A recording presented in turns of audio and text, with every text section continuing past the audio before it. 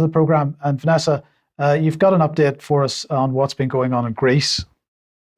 Yeah, I mean, just extraordinary how the media jumped on this story, and according to people actually on the islands affected, mostly Corfu and Rhodes, wildly exaggerated, although, of course, the fires themselves have caused tremendous damage.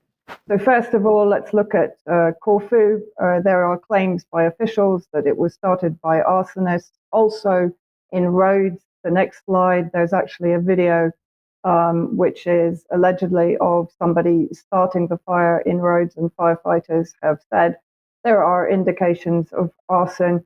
But let's see how I kind of picked on the BBC, but they weren't the only ones to be reporting on these fires and to be turning it into, in my view, a highly exaggerated version of events.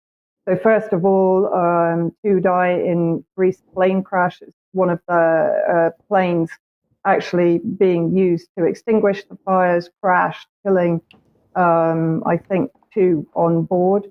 But then going forward, Mike, let's have a look on this catch-up by the BBC from Justin Rowlett, the climate editor. I'm not going to read all the way through it, but in every single paragraph, almost without fail, climate change.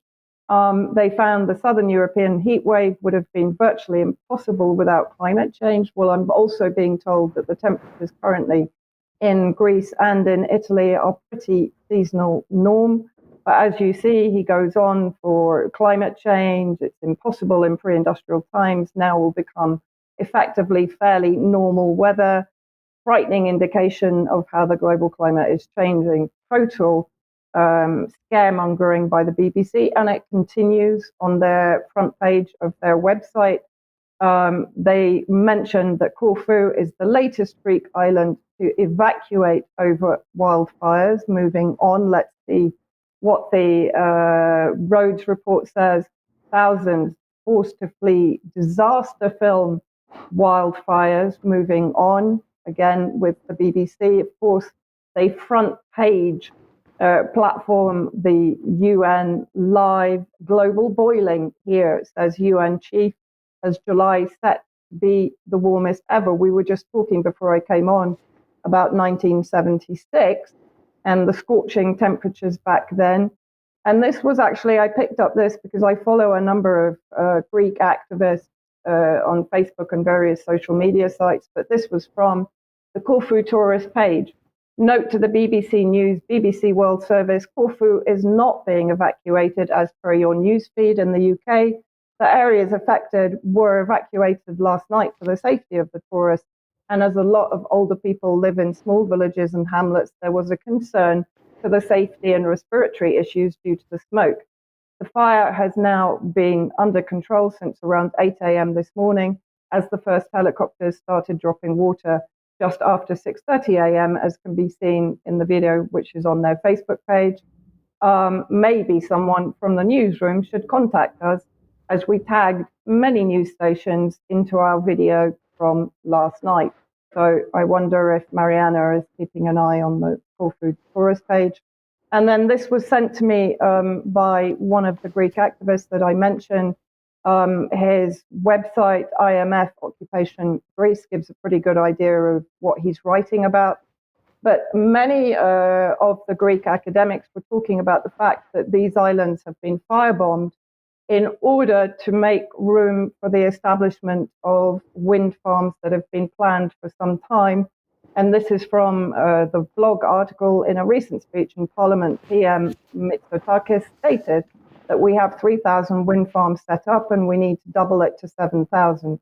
In theory, when they were first promoted on the islands, the locals were going to get lower electricity bills, but this went out of the window. Each wind turbine costs at least 1 million euros without the setup cost. The actual turbines destroy the ecosystem by not allowing pollination by bees, as they cannot fly through, let alone the amount of concrete needed for the base, which destroys the natural contours of the mountain, and the residue of collapsed wind turbines that end up in the mountain streams we are drinking. Of course, local contractors make money on building the base of these wind farms, and they promote the official line that I can't read. Yeah, sorry about that. Missing. No worries.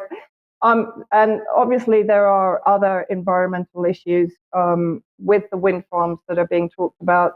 Also interesting that the Greek activists themselves are not allowing authorities and officials onto the burned out land. They are insisting on forming reforestation groups and therefore preventing any wind farm strategy from the authorities, both in Greece and in the EU. Okay, Vanessa, thank you very much for that. Well, I'm smiling as you're talking. It's very serious what you're reporting, but you're on to the subject of propaganda from the BBC. I go researching a separate way. What am I on to? Propaganda by the BBC.